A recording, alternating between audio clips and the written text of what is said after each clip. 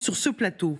Au vu de la situation sur le front, l'affaiblissement du président ukrainien éclaboussé indirectement par des affaires de corruption au pire moment, l'impatience du président américain qui veut clore au plus vite le dossier ukrainien, est-ce que l'avenir de l'Ukraine, Magali, ne tient plus qu'à un fil ?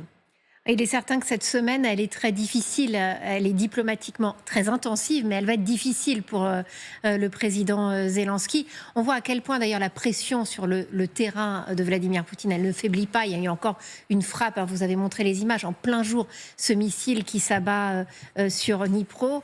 Et le président ukrainien qu'on a vu arriver tout à l'heure à l'Élysée, et comme le disait Hélène Bonnet, est un président extrêmement affaibli, parce qu'il sait très bien que les Américains vont exploiter ce scandale de corruption et l'affaiblissement politique de Zelensky pour essayer de tordre le bras à l'Ukraine et pour qu'elle accepte un plan.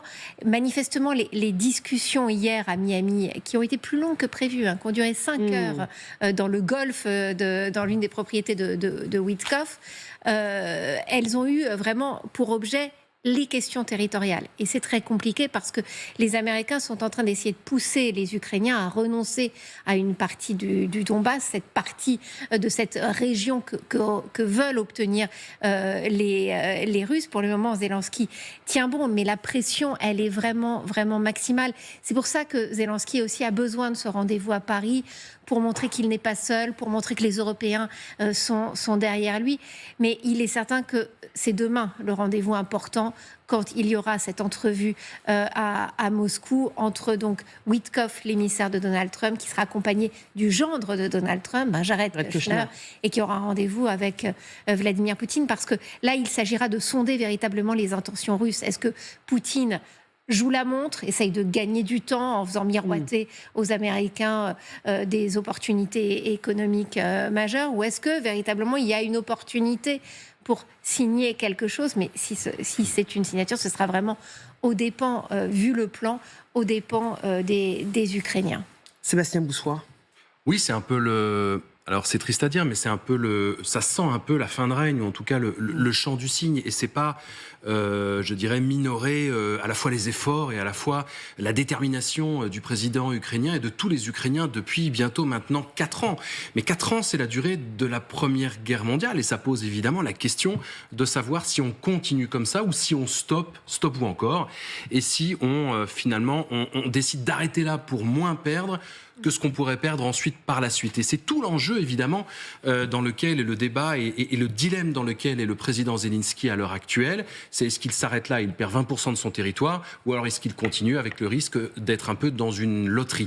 On voit bien qu'avec le président Emmanuel Macron, qui d'ailleurs est aussi en difficulté sur le plan national, il y a une sorte d'alliance des faibles, si je puis dire, tout ça matiné dans un concert européen qui est complètement marginalisé sur la scène internationale, alors que tout se joue à Moscou, à Mar-a-Lago, dans ce qu'on appellerait cette diplomatie des émissaires, pendant que la diplomatie internationale est à la peine. Ne parlons même plus des Nations Unies ou du multilatéralisme, mais je ne vois pas bien, au-delà du décorum, au-delà du cadre, au-delà de la beauté du geste et de la détermination du président français, on voit bien qu'il a du mal à emmener l'ensemble des leaders européens et qu'ils sont extrêmement seuls à cette table, d'ailleurs, comme dans le fameux concert des nations. Renaud Pilat, on se demande ce que peut proposer Emmanuel Macron, qui s'est affiché depuis plusieurs semaines, plusieurs mois, comme le premier soutien à Volodymyr Zelensky. Ses marges de manœuvre, à lui aussi, elles sont très serrées. Oui, malheureusement, si l'affaire n'était pas aussi grave et aussi cruelle, on pourrait considérer que la seule chose que peut faire Emmanuel Macron en ce moment, c'est remonter le moral de Zelensky. Parce qu'il est dans une position extrêmement faible, moins sur le plan militaire, parce qu'on voit que les lignes de front bouge pas de façon spectaculaire, mais évidemment sur le plan stratégique et de puissance. Pourquoi ? Parce que désormais, on y voit très clair. On y voit très clair, et notamment ces 48 heures sont extrêmement fortes. On a le camp des faibles. Le camp des faibles, c'est l'Ukraine et l'Europe. L'Europe qui est divisée.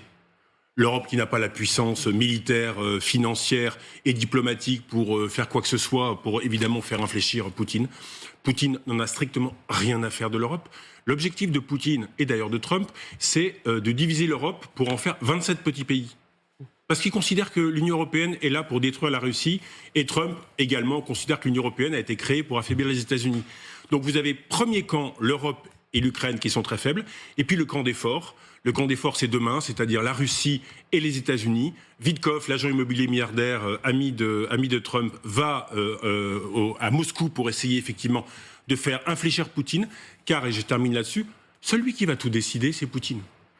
Il balade Donald Trump depuis des semaines. Donald Trump, lui, essaye de l'infléchir un petit peu parce qu'il veut absolument se montrer un homme de paix.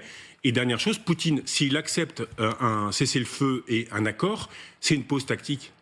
C'est une pause tactique.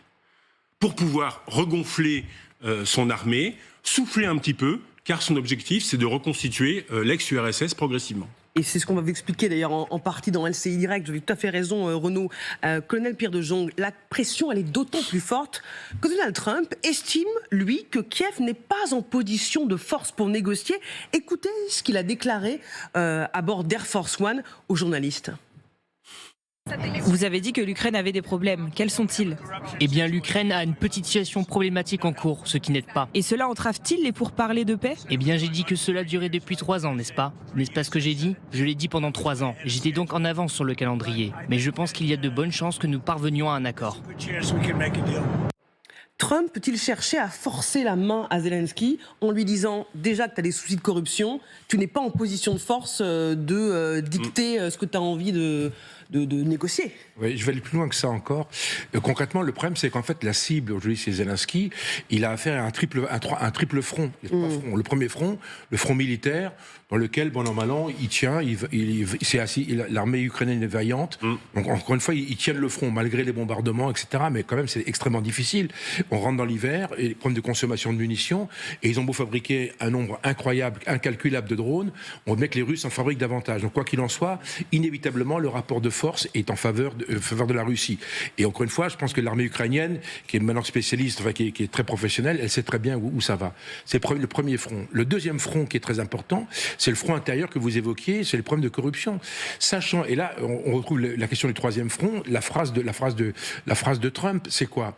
Très concrètement, il a un problème de corruption au plus proche de lui, avec un de ses conseillers principaux. Très concrètement, son environnement direct est concerné par des questions de rétrocommission, de contrats bizarres, etc. On parle de 100 millions, c'est peut-être beaucoup plus que ça. D'autant que il y a un point qui est très important, c'est que rappelons-nous, en 2021-2022, déjà, Zelensky avait des problèmes avec les Pandora Papers, il me semble bien. Oui. Donc il était concerné par des... Alors, c'est pas lui qui était directement concerné, mais ses sociétés étaient concernées par le sujet. Lui, il s'était mis en dehors parce qu'il avait été élu. Il a été élu quelques semaines avant ou quelques mois avant. Il s'était mis en dehors. Mais n'empêche qu'il était concerné par ça. Et moi, je me dis que les Américains, c'est un peu leur carte maîtresse. Et Trump a sorti cette carte maîtresse au dernier moment. Alors, j'ai pas dit qu'il avait suscité le problème. Concrètement, il l'a fait savoir.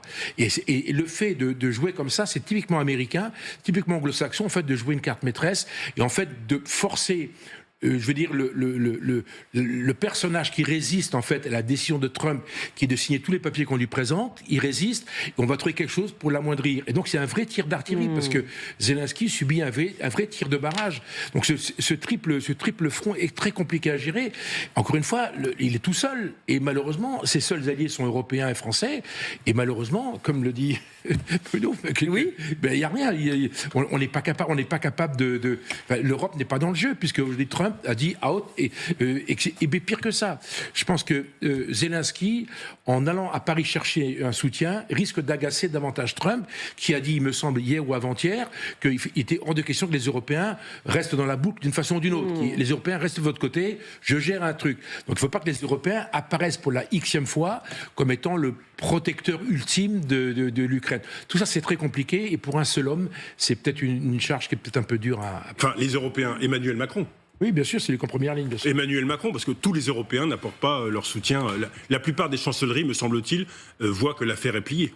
Et j'ajouterais que l'affaire de corruption, elle pose un problème aux Européens aussi, parce que au moment où on découvre ces 100 millions de dollars qui se sont envolés, c'est vrai que les Européens qui réfléchissent en ce moment à comment pouvoir faire un prêt pour aider l'Ukraine, on parle de 140 millions, ils essayent de voir comment essayer d'utiliser ces avoirs russes. On voit bien que Donald Trump, d'ailleurs, a bien le nez sur ces avoirs sur lesquels il aimerait bien aussi faire main basse. Mais c'est vrai que se démener comme ça pour ce pays qui est qui est éclaboussé par ce scandale de corruption, ça tiraille aussi en interne en Europe, parce que, évidemment, où va l'argent, c'est un moment extrêmement difficile. C'est pour ça que, pour Emmanuel Macron, il est important aujourd'hui d'apporter son soutien à Zelensky pour dire le combat continue, on continue à aider l'Ukraine malgré tous ces déboires qui éclaboussent le premier cercle de Zelensky. Mais oui, il y a la question des États, mais il y a la question des opinions aussi, parce que vous ne pouvez pas juste avoir les États membres qui continuent à cracher au bassinet, si je puis dire, et qui continuent à devoir justifier auprès des opinions, au moment où on demande à tout le monde de serrer la vis, de serrer la ceinture dans des pays qui sont économiquement dans des cadres un petit peu difficiles, d'aller leur demander de continuer à financer, parce que l'éternelle question depuis 4 ans, en réalité, c'est pas de financer ou de continuer à le faire ou ne pas le faire, c'est pour aller où? C'est la vraie question, c'est la question de la deadline, la question de l'ultimatum ou la question de la fin. On continue à financer. Si la guerre dure 15 ans, est-ce qu'on finance 15 ans? Mais on est dans un seuil où on a déjà énormément financé, ce qui pose la question de savoir si ça vaut le coup de continuer. Mais comme on a déjà énormément engagé, on se dit, si on arrête maintenant, on a de toute façon perdu tout ce qu'on a investi. Donc la situation, elle est évidemment extrêmement compliquée. Et puis moi, je m'interroge toujours de ce point de bascule des opinions avec les populismes, avec un certain nombre de gouvernements qui vont dire à un moment, est-ce qu'on ne devrait pas faire comme Trump, c'est-à-dire considérer que l'argent des Européens doit aller aux Européens et non pas à la terre entière, et resserrer la vis sur nos propres finances. Et là, effectivement, l'Ukraine serait dans une situation encore plus compliquée. Pendant ce temps, Vladimir Poutine a déjà avancé ses pions avant la rencontre Steve Witkoff-Poutine demain à Moscou. On va partir dans la capitale russe, retrouver notre correspondant Charles Divot pour TF1 LCI. Charles, l'envoyé spécial de Trump, Steve Witkoff, est attendu demain à Moscou. Tout l'enjeu de cette rencontre, elle est pour le Kremlin de connaître ce qui s'est dit hier entre la délégation américaine et la délégation ukrainienne. Quel est le plan de paix qui sera proposé demain par Steve Witkoff à Vladimir Poutine? Et surtout, contiendra-t-il les 2 demandes posées par le Kremlin pour que la paix puisse être signée? Je vous le rappelle, ces 2 questions, elles sont d'abord concernant l'avenir des territoires annexés actuellement par l'armée russe. Pour le Kremlin, ça ne fait aucun doute. Il faut que l'armée ukrainienne quitte ces zones si le pays souhaite que la paix soit signée. Auquel cas, sinon, la Russie prévient d'ores et déjà que les combats continueront. Et puis l'autre question, c'est quel avenir pour l'armée ukrainienne? Ici, le Kremlin demande à ce qu'elle soit réduite au maximum afin que l'Ukraine soit finalement une sorte de pays tampon, une sorte de frontière entre l'Europe et la Russie. Pour rappel, cette réunion elle aura lieu demain en début d'après-midi ici à Moscou. Merci Charles Divot, notre correspondant pour TF1 LCI à Moscou. On rappelle que Steve Witkoff, c'est quand même l'homme qui est accusé d'avoir coaché le conseiller diplomatique de Poutine, Yuri Yuchakov, en lui expliquant comment amadouer le président américain. Il risque de se faire manipuler une fois de plus par le président russe, Magali. C'est la 6e fois qu'il va à Moscou. À chaque fois, les réunions durent de longues heures avec Vladimir Poutine. Et Donald Trump, d'ailleurs, souvent en rigole en disant « mais je ne comprends pas ce qu'ils peuvent se raconter. Oui. À chaque fois, j'appelle, on me dit qu'il est encore avec Vladimir Poutine. » Donc oui, et on a entendu dans ces écoutes qui ont été diffusées par les médias américains en fin de semaine dernière, à quel point, en effet, Witkoff, quand il parle aux Russes, dit qu'il admire Vladimir Poutine. Enfin, on sent bien, en effet, cette proximité entre Witkoff et les Russes. Les Russes qui ont bien compris aussi tout l'intérêt de s'adresser à Witkoff plutôt qu'à Marco Rubio, secrétaire d'État américain, qui est vraiment le chef d'une diplomatie plus traditionnelle. Parce qu'à Witkoff, les Russes font miroiter des contrats mirobolants de revenir pour les entreprises américaines dans les contrats gaziers, dans l'exploitation des minerais, des terres rares. On parle business, en fait, quand l'équipe de négociateurs des Russes vient à Miami pour discuter avec Witkoff. Donc c'est tout ça qui inquiète au plus haut point les Ukrainiens, parce qu'ils ont peur que cette paix se fasse sur leur dos au profit des intérêts économiques des États-Unis et de la Russie. Renaud. Effectivement, je ne tomberai pas dans la facilité de revenir dans le passé, mais quand même, je trouve assez cruel les positions des pays européens, notamment des pays en pointe, la Grande-Bretagne, l'Allemagne et la France. Il y a encore un an et demi, manque de visibilité et manque d'anticipation sur ce qui pourrait arriver finalement à l'Ukraine. Combien de milliers de morts? Et là-dessus, Bon, Trump n'a pas forcément tort. Combien de milliers de morts du côté ukrainien, de jeunes Ukrainiens ou de jeunes Russes pour arriver aujourd'hui ce qu'aurait pu se passer il y a un an et demi. Quand on n'a pas la puissance de ses ambitions, la puissance militaire et la puissance financière, on voit à quel point les pays européens sont endettés, eh bien on ne peut pas mener une politique militaire de garantie de sécurité sans les États-Unis. Dernière chose, on voit à quel point Donald Trump, effectivement, ment, feint, avec un objectif, c'est un objectif économique de recommencer le commerce avec la Russie, parce que lui, il voit le monde de 2030, 2035, 2040, et franchement, l'Ukraine ne peut pas être un obstacle à l'évolution du monde. On dit oui, mais il a voulu, il y a un mois et demi, envoyer le Tomahawk. Oui, mais il a montré qu'il voulait envoyer des armes. En réalité, c'était un double discours, parce qu'il ne veut pas affaiblir son corps républicain, et on voit que chez les républicains, il y a division. L'anticommunisme et l'anti-Russie, ça existe encore chez les républicains. Oui. Et Rubio est plutôt sur cette ligne-là. Donc, il ne pouvait pas lâcher totalement l'Ukraine. Donc, je fais miroiter des armes, je fais miroiter une deadline Thanksgiving, et en fait, je fais exactement l'inverse. Mais regardons justement, colonel Pierre de Jonc, cette séquence qui s'est déroulée hier, quand les délégations ukrainiennes et américaines se sont rencontrées. On a le sentiment que ça s'était plutôt bien passé. Regardons. Il ne s'agit évidemment pas seulement de mettre fin à la guerre, c'est évidemment essentiel. Nous voulons aussi voir la fin des tueries, des morts et des souffrances. Et je suis sûr que les Ukrainiens veulent aussi la paix. Mais il s'agit avant tout de garantir et de mettre fin à la guerre en laissant l'Ukraine souveraine et indépendante avec une opportunité pour une véritable prospérité. Les États-Unis nous écoutent, nous soutiennent et marchent à nos côtés. Nous leur sommes reconnaissants pour tout ce qu'ils ont accompli jusqu'à présent et nous espérons que la réunion d'aujourd'hui sera fructueuse et productive. Marco Rubio et Rustem Umerov, qui a remplacé Andrei Yermak, qui a dû démissionner, éclaboussé par un scandale de corruption. Est-ce que là, on est dans des sourires de façade, ou est-ce qu'il peut y avoir une réelle avancée, en sachant que Marco Rubio n'est pas vendu aux Russes, ou en tout cas susceptible de se faire balader par Poutine, comme Leslie Witkoff? Jacques Chirac disait toujours dans ses grandes réunions diplomatiques, toute promesse n'engage que celui qui y croit. Donc là, on est dans un jeu diplomatique, en fait, qui est fait pour la télévision et qui est fait pour rassurer les uns les autres. On n'est pas dans un choc frontal, on est dans une espèce de discussion qui vise à se rassurer, à trouver des solutions. Et parce que j'imagine que pendant les 5 heures, il n'y a pas eu de caméras, parce que les caméras, elles étaient là uniquement quand vous avez le pool, c'est le pool des 3-4 caméras, ils sont venus 3 minutes, ils ont fait le tour de la table, ils sont repartis. Donc ils ont raté 4h58 ont été ratés parce qu'ils étaient dehors. Donc là, la vraie conversation, elle a lieu là. C'est le premier point. Le deuxième point, le fait de Witkoff aille là pour la 6e fois à Moscou et qui reste longtemps, c'est normal. Rappelez-vous l'interview de Tucker Carlson en février 2024 où Poutine avait commencé à discuter. En fait, il répondait pas aux questions et il répondait lui-même aux questions qu'il s'était lui-même posées et ça durait des heures et des heures. Donc il fait exactement la même chose. Et donc c'est au niveau de la forme, il fait exactement la même chose avec comment dire, Witkoff qui est quand même impressionné. Il a Poutine en face de lui et ça dure des heures et des heures parce qu'on est dans un bilatéral très petit, il n'y a pas de conseiller autour, on est dans une discussion, je dirais, d'homme à homme, quelque part, ce qu'on appelle un tête-à-tête. Donc là, ça peut durer, et là, Poutine, c'est le master, il bouge pas un cil, vous savez ce qu'il fait, il a sa montre qui est à droite, il la pose, en général, il l'enlève, parce qu'il maîtrise le temps, c'est absolument incroyable, il la pose sur la table qui est devant lui, il va gérer le temps, ça peut durer des heures et des heures. Donc Witkoff, je suis pas sûr qu'il ait vraiment la latitude pour gérer le temps de Poutine, ça c'est le premier point. Sur le fond, le problème, qu'est-ce qu'il a en magasin, Witkoff? Witkoff, c'est le produit d'un monde qui a changé. Et ce monde qui a changé, c'est le monde des rapports de force. C'est ce que Renaud évoquait à l'instant. Le problème, c'est que malheureusement, aujourd'hui, qui impose le tempo? C'est Poutine et Trump. Oui. Donc c'est les grandes puissances. Ils ont décidé que ça allait se régler.